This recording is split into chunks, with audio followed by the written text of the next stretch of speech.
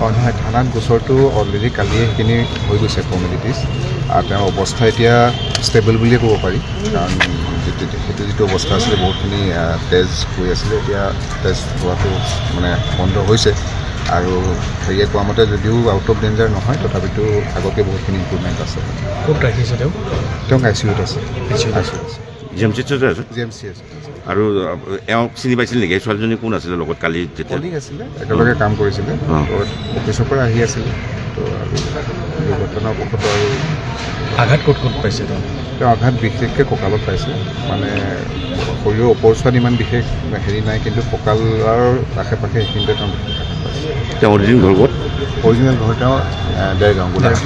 দুৰ্ঘটনাৰ বিষয়ত কিবা কৈছিল নেকি? কেনেদৰে কি হ'ল কিবা কৈছিল নেকি? মানে সেয়া তেওঁলোক আহি থাকোঁতে পিছফালৰ পৰা হেৰিখনে মহতিয়াই নিছে বুলিয়েই মানে কৈছে, আৰু লগতে আৰু এখন স্কুটি দুখন স্কুটি তেনেকেই মহতিয়াই লৈ গ'ল 108 বাহনখনে, তো তাৰ ফলতে গোটেই অলপ বহুত দূৰ চুচৰাই লৈ গৈছে বুলি কৈছে।